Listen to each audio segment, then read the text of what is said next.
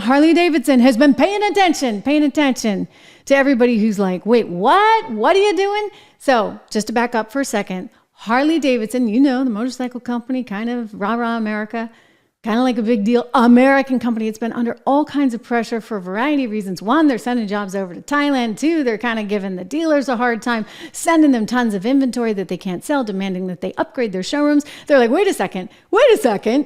You know, again, top down. And so they're bleeding these dealers, so they're upset. And then here's the icing on the cake. The CEO, it turns out, is like super woke. And he put in a system to grade just exactly how woke they were being. And if they didn't get certain grades, then, well, that was a problem. So he brought in this outside company to try and look this all over. And he's been called out for it. Robbie Starbuck, he's an influencer. He's been calling him out. And I want to show you, I've been calling him out, this particular soundbite. This is from the CEO of Harley-Davidson, who's a German guy. If you've seen this already, bear with me. I just think it's really, really important to understand the context around this, because he was all about DEI until literally yesterday. No more to do some commercials for us, and the slogan was United We Ride.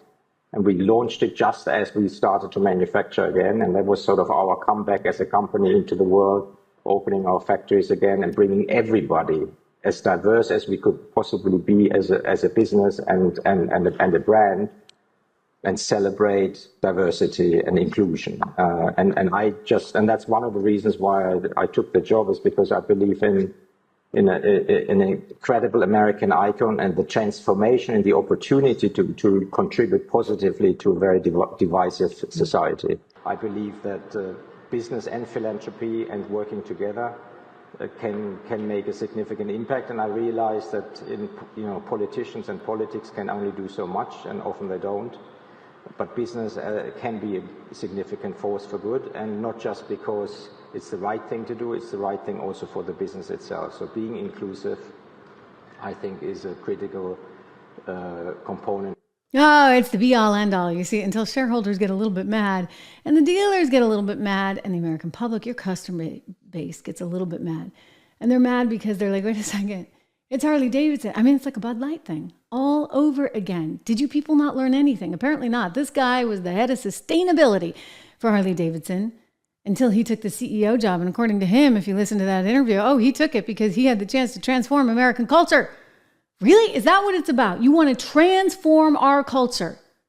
I think so. That little actress who's in Snow White, all about transforming how we think about relationships. So we need to reinvent the story of Snow White. And people have an agenda.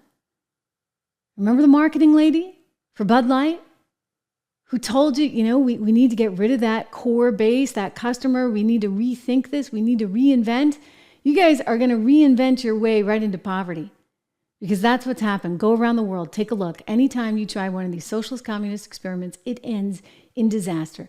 Kamala Harris wants a 28% corporate income tax rate. Kamala Harris wants to give handouts to new home buyers, $25,000 each, thereby jacking up the price. She wants to defy the Supreme Court and make sure that everybody gets their student loans paid back at your expense, and a whole bunch of other things.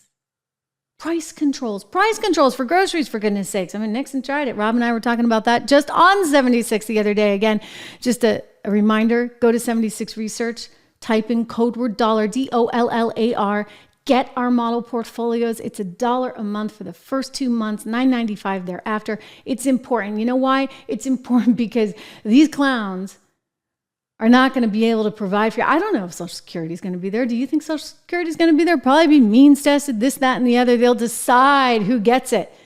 They'll decide. So you need to take your future into your own hands.